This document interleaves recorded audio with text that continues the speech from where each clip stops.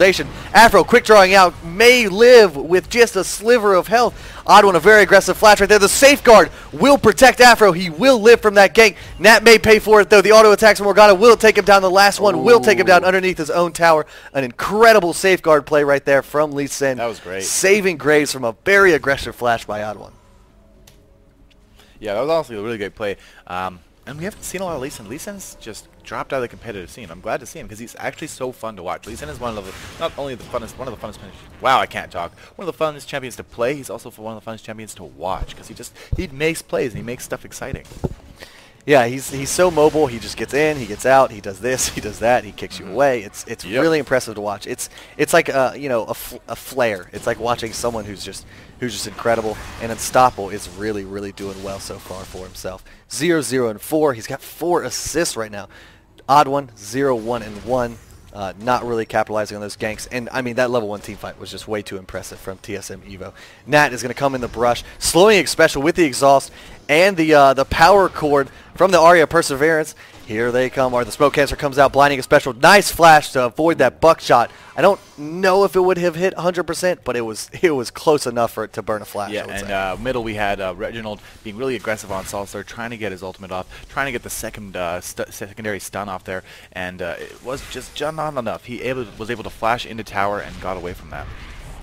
Yes, and if you guys are just tuning in, again, this is TSM versus TSM.Evo in the finals here. Yep. Game one of the Reign of Gaming International Invitational. First place here, whoever wins this best of 3 will win $10,000. Yep.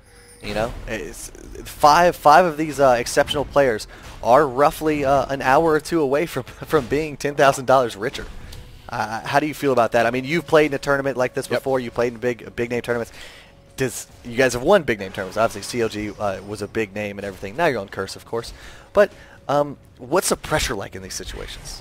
Especially with a crowd, it's really it's nerve-wracking. Generally, my first game, I'll be a little bit nervous, but I'm going to interrupt that because we got a little action going on here top lane. Dyer's taking a lot of damage from Wings of Death, just burning his flames, just poking him down, and kind of just really pushing him out of the lane. But generally, the start of the tournament, I'll be quite nervous actually. First games are always a little bit nerve-wracking, and my play always suffers a little bit the very first game. But I think I get past that pushing point. I think it's pretty good. So these players are definitely feeling the heat. Granted, we do have them there in their own rooms because we know that's nice for players to have. So yeah, hopefully they're not feeling the stress as much as they normally do, and we can get that. But we have Unstoppable. Oh, trying to make a nice play, but actually catching the binding. Going to take a lot of damage. He still is going in, though. I'm not sure what he wants to do here. Cassiopeia hasn't really moved from middle, so he's still kind of checking around there. He probably should just get out. Yeah, and the one that I'm assuming is probably feeling the most pressure right now, TSM.Evo, is probably Wings. He's going up top against Dyrus, who is a veteran, a veteran of LAN events. Just coming off of a great win at IPL4, a big, huge event, as you may know. Actually, Reginald is going to come in. Dark Binding landing onto Dragon. It's actually hit him instead. But the Tormented Sword will take down Lee Sin. Corky's raining down hell with his Gatling gun here, forcing Salsi and Afro move to get out of the... and over the wall, Dark Binding just barely misses Cassiopeia. They're going to get back into this Dragon real quickly. Both teams kind of just positioning around it. Dyrus actually deciding to stay top lane, while Rumble, Wings of Death, has decided to come join the party down here. Reggie's being so great with all this. The Equalizer does land onto Reggie, but the slow doesn't mean a thing when he's got that black shield on. The smoke canister does come out. Wings of Death is using his flame splitter to clear these wraiths real quickly, just stealing that away from them, and some very nice hardy minions actually chasing into the jungle of blue team. They're going to clear that up, secure some CS, and everyone's just going to go back to their lanes, pretend like nothing happened. The Dragon wasn't taken. It was started, but TSM did a great job of countering that Dragon and saying, it was no, actually, you're not taking it. It was actually a poor choice for them to start Dragon at that point because they didn't really have a lot of HP, and they didn't, it was known that they were doing Dragon. It wasn't like a sneak or anything like that. And as you saw, Corky just walked up and just 1-2. There's my kills, put that money in my pocket, and walked away from it. And you can't really force Dragon, especially this early when you have low HP. You just can't do it unless you can take it really quickly. and just burn it down before the other team can go there. But we actually have Dyrus getting initiated on top. He's going to blow his ultimate, but he might get away. He does have Ignite on him. The last hit could take him down. We'll see if he's able to do it. Oh, he does nice have the heal bait. Oh my gosh. He's blowing the pool. He's going to take a lot of damage still. The flames are still splitting, and he's actually going to turn away. Wings of Death can't finish it. He's getting so low, and he wasn't able to finish that. They're both going to go back to base. Nice trades back and forth, and nice plays by Dyrus and Wings of Death. But you know, this is the time TSM.Evo is going to go ahead and start this dragon. They know both top laners have gone back, so they can be in this fight in a minute. Unstoppable getting very, very low to the rockets. He goes down to the AoE of a big one. And there's a crescendo coming out, catching Chaos at the very tip of it. Monsoon comes out to help his little Yordle friend. Reggie flashes in. He's going to get the ultimate onto Saucy. Saucy may go down to the secondary of it. Yes, indeed, he does. Trying to put down as much damage as possible before he dies, but it is to no avail, and they're going to be okay. TSM going to walk out of that exchange 2 for nothing. Yeah. Very, very great fight right there. TSM is really turning Unstoppable just stayed a little bit too long. Every single time, yeah. Not every single. Well, actually, yeah. Every single time his dragon, he's just been crushed by some rockets. He's just too low. That's it. I mean, I don't. You know, I believe he's maxing Safeguard first, which I'm going to go check. He actually is. He has 3 points in Safeguard, so he's expecting to get the lifesteal, the spell vamp, you know, the shield from it. But I mean, when you're going against the AoE of Tormented Soil, you know, if Vlad was down there, the rockets, the Riptide, there's so much AoE there that they don't really have to be able to target you. They're just gonna get you other ways. And Lee Sin is so reliant on having a good early game. He's one of those champions that really doesn't scale that great into late game. So his early, like, to mid game is really where he's going to shine, and then late game, you know, he's really just a kick and safeguard bot. So it's really upsetting for Evo to have a jungler that behind, because that jungler isn't going to be very good late game. Whereas Nautilus is just going to have all that CCs. He's going to sit there. He's going to be doing tons of stuff, whereas Lee Sin's going to be doing not so much. Oh, here comes the odd one. It's going to be coming in for a brush crank here. I believe Wings of Death is not aware the depth charge will come out and knock him straight up into the air. Here's all the CC from Nautilus, and that's going to be a dead Wings of Death. Putting out an equalizer, maybe just to slow them down, keep them in turret range as long as possible. Maybe the turret could pick up a kill, but it does not. Great teamwork there by Odd One and Dyrus to pick up that kill on Wings up top. Wings was looking pretty dominant in the very beginning. He was pushing Dyrus back to his tower, keeping him away from farm, of which he has 81 CS to Rumble's 63. So he kind of paid for his aggressiveness. You know, he was pushing Vladimir back, keeping away from XP and stuff, but he was also losing his own experience and his own CS. So there's a little caveat, a little trade-off there. Vladimir, just one of those champions that is such great wave clear as the game goes on. He's going to get that farm one way or another. You can shut him down as much as you want, but by the end of a 30 to 40 minute game, he's going to have like 250, 300 CS. You know, very hard to shut him down. Yep. Corky, 97 CS, 3-1-2, already has his Bloodthirster. 4-went the tier 2 boots this early and gets a Bloodthirster. So the first one to complete a BF sword item right there. Graves 1-0-2 with 102 CS, has the pickaxe, gonna rush an Infinity Edge. I would assume. Afro seems to really like that Infinity Edge, and it's just a great item on Graves, who has that built-in attack speed steroid, and a lot of burst from his buckshot and collateral damage. Yeah, it seems like Evo is just like letting this lead slip away. They started out so great, but we do have Lee Sin trying to get on safeguarding to the Rumble, trying to get a resonating strike off. Yep, Sonic Wave. Sonic Wave. Well, the secondary is called Resonating Strike. You're right. Right. Sonic Wave / Resonating Strike. I was like, looked at me and I was like, no, I think that's right. And Wings being very aggressive again up here. The Sanguine Pool, but the Ignite will tick through it, taking down Dyrus under his own tower. That Sanguine Pool, I thought he was going to make it. It hurt him. The Sanguine Pool hurt him. I mean, he did it. It was a trade-off, okay? Yeah. In Dyrus' mind right there, do I want to walk a little bit more through the equalizer? Because he wouldn't have gotten out of it, I think, just by walking. But Sanguine Pool costs, I believe, 20% of your health. Yeah. Yeah, 20% of your current health. Yep. And that could be the difference between living and dying as far as Ignite is concerned. Yeah, some jungle aggression here. Oh, and nice over-the-wall binding on Unstoppable, followed by the Death Charge, locking Unstoppable down. There was nothing he could do right there. Corky does decide to Valkyrie over the wall. The Gatling Gun and the Ignite may take down Afrobo. A long-range missile takes him down underneath his own turret. Nat taking a lot of damage here as well. Missing a missile right there from Chaos, but that is going to be okay. It looks like TSM is going to be able to secure this blue buff. A Petrifying Gaze comes out from Saucy. maybe trying to just burst down the blue buff and steal it, but didn't work out for him. TSM is going to take the blue buff of Evo right there. TSM playing really well. Regardless of that level, Chaox is so aggressive. If you look at it, Evo started this game 4-1 after the first fight. Yeah. They have only gotten 1 kill in the past 15 minutes. Yeah, TSM is racked up. I'm really kind of perplexed, I guess. Really? About that. By what? How they just didn't snowball from that. I mean, they were up so much. They had 4 kills on them. Actually, Reggie may go down here to this Ignite. Saucy is trading some auto attacks right there. The Twin Fangs does take out the Black Shield. The aggressive flash. Will he get one more auto attack? He gets Dark Bounding under his tower, and here's Vlad to try to clean up. Playing Janitor right now. Going to take down Saucy. Take him to the dumpster and just throw him in. That snake is gone. He'd best be saying worth it in chat, because that was a worth it dive right there. Vladimir making some that was a man mode dive.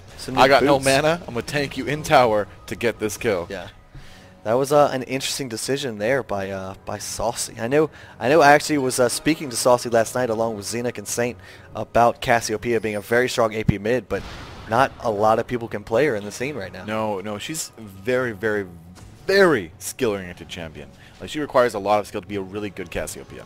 And like Cassiopeia is really good when played by a professional player. And that's really it. Like, you can see Cassiopeia in solo queue and you're like, like, she's pretty good. She's kind of annoying with the, you know, movement speed and the constant harass, but like I can deal with it, right? And then like tournament play comes and you're like, I literally can't even get a CS versus champion. Yeah, Cassiopeia is now here's what I'm thinking. We've harped on many times, and I've actually spoken to Saucy personally about it. And he agrees. He doesn't have the greatest laning phase there is. He's not the greatest laning AP mid. He's, you know, he's Reggie's a team fight oriented. Exactly. Reggie's a really, really strong AP mid player in the laning phase, and it transitions fairly well. He likes to snowball from the laning phase into team fights. Saucy, on the other hand, is really, really team fight oriented. Yep. He really likes to shine in those team fights. He gets great positioning. He hits great spells. He just knows what to do in every team fight. Cassiopeia is a champion that really shines in team fights, if you ask me. Morgana is as well, but Cassiopeia can put out so much sustained and burst damage. She's a very hybrid caster like that. Her Petrifying Gaze can hit like a truck, but her Miasma, her Twin Fang, and her Q Poison also do great sustained damage. Of course, the Twin Fang does refresh on poison targets, giving it next to no cooldown if you target it right and you hit the right people. So Saucy right now, I think, is just waiting for that opportune team fight to be able to really show his skills, show his strengths. But as it stands now, 10-6 right now. The anchor lands on the Afro move. They go in to try to steal the blue buff. The Crescendo does come out, hitting Odd One and Darius, locking them down. Xpecial and Reginade are now in this fight. Saucy expertly dodging that tornado. But this is going to be a disengage, I believe. Darius actually getting very low to Unstoppable Wings of Death. I didn't even see that down there. Dark Binding Unstoppable, and the Ticks from Tormented Soul will bring him down. The Depth Charge on the Wings of Death will knock him up, along with the secondary of Soul Shackles will stun him. And now Odd One and Xpecial. Great Monsoon pushing Nat and Wings straight back into it, but a field goal from the Dark Binding. This is not good for Reginald. The Flame Spitter doing tons of damage to him. The Electro Harpoon trying to keep him slow. The Black Shield not protecting from enough damage. Now it's Wings of Death versus Xpecial and Odd One, and he should go down here trying to use a movement speed buff, but he gets exhausted. And Hook City right there. If you watch the Sauce was actually versus Chaos top lane over there, but we do got a little bit of Darius still running for his life, but there is also a very low Afro move. This is just picking it up after just before the Sanguine Pool. Great job. Sauce versus Afro move was top lane there, and they were just going at it back and forth. But unfortunately, the snake came out on top. Yeah. The snake in the grass. Yep, we just did that. There was so much action going on in every part of the map. I can't be everywhere at once. I apologize. I believe the Wings and Reginald engage was pretty exciting, so I stuck with it. It was really good. That was a decision. that team fight was actually awesome. Yeah. Wings of Death survived like 20 times longer than I ever thought he would, and he actually ended up picking up a kill on Reginald, which was like, oh my gosh. That's the trade-off we get, you know, when multiple actions happening in multiple places. We have to make a decision as a caster to which one am I going to follow. Yep. I followed that one, so if you're unhappy about it, check out the VODs later on our website, and you can well, I guess you can't really control it. I'm stupid. Nope. Well, nope. no. basically you're done. You'll see the same thing. So you will never see what happened against for Saucy and Chaos. Well, Chaos died. Saucy came down, picked up a kill on Dyrus. But that is okay. Now 12 to 9 kills. TSM leading by 3, leading by 3K gold. 2 towers to 1. So Reginald, look at him. He's just being so aggressive, keeping the enemy team off this turret so that his AD carry Chaos can DPS it as much as possible. Chunked. Those twin fangs that are hitting so hard. Oh my lord. Hitting so hard right there. Chunk City. Chunk City. Most definitely. Chaos right now has 42 MR. Very, very low MR right there. And a great Dark Binding by Reginade will lock Saucy down from a far distance away. But those twin fangs are absolutely destroying. Odd One engaging on an Unstoppable, but he's able to safeguard to one of his teammates and be under the safety of his own tower. Afro may get caught out of position here. Odd One's still showing the strength of those hooks, you know, those dredge lines. Very, very scary. There's no blitz. An over-the-wall binding onto Unstoppable. Oh. And the pull onto Afro. Will the focus be there? Afro needs to get chunked down right here. A nice crescendo will deactivate some of this fight. A Petrifying Gaze hit 2 members of TSM, but another Dark Biting will take down Afro Moo. The Hemo Plague will take down Nat. Will the Safeguard protect him? No, it does not. A double kill from Vladimir, and Cassiopeia trying to live. Will she live? The one less auto attack. She lives with about 44 health. A 4 for 2 exchange in the advantage of TSM. A perfect Hemo Plague from Dyrus. Really sealed that fight. And Cassiopeia landing a Petrifying Gaze on 2 members of a team, especially when those 2 members are Nautilus, who is very, very well known and great for his CC, and a caster by Reggie, you know, on Morgana. That should have spelled potentially a victory for them. I thought they were going to engage that, and then they kind of stuttered a bit. They were running back and forth. They were unsure what they wanted to do, and yeah, they really missed their opportunity to go in and clean up that team fight because they were stunned. They had a chance to finish, and they just didn't take it. Yeah, Afro was just caught way out of position there. Yeah, it really just looked like a communication issue, that team fight. Odd One was able to lock down Afro for so long that there was nothing he could do right there. And just Reggie flashing in with the Soul Shackles ultimate. Didn't even have to blow his Ignite. You know, I'm not quite sure if it was up in that fight. I wasn't really looking at his summoner spells. But great play by TSM right now. They love, you know, both teams have great, like, kind of choke point fighting mechanics. You know, Graves has collateral damage buckshot. The Equalizer from Rumble, the Crescendo from Sona, the Petrifying Gaze and Miasma from Saucy. But then again, you have Rockets and Gatling Gun from Chaos. You have the Tornado. You have the Nautilus. Depth Charge that goes to the target and it'll travel through any team members in its midst. Reggie, of course, on Morgana has the Soul Shackles and the Tormented Soil. And then Vlad is just the AoE monster that he is with Hemo Plague and Sanguine Pool and his Tides of Blood. But you know, right now, TSM just getting the better of all these exchanges. Yeah, well, that's what we've been seeing all game long. Almost Hook City. Almost just took the direct transit to Hook City right there. Dude, that anchor is just, that would be so very painful to take that to the face. I think it would. Definitely. Afro right now, 1-2-4 with 159 CS. He has his Infinity Edge. Chaos, 181 CS, 6-2-4. He has a Bloodthirster and the makings of a Trinity Force, which he has. Nat actually getting pulled by the anchor, but Odd One decides not to blow his full combo right there. He's holding that just for a second. He does have everything up. Saucy taking some tick damage from Tormented Soil, but Sona is going to patch her up real quick. And both teams just kind of chilling in this mid lane right now. Let's see what happens here. Safeguard and come out. I'm just loving Chaos's play this game. He's playing so well, and so is Sauce. Look at Sauce. Yeah. He's playing really well. They definitely are. 6-2-3 to 6-2-4. AP and AD carry for each team. The Black Shield is put onto Dyrus, so that's not going to be up for another 12 or so seconds.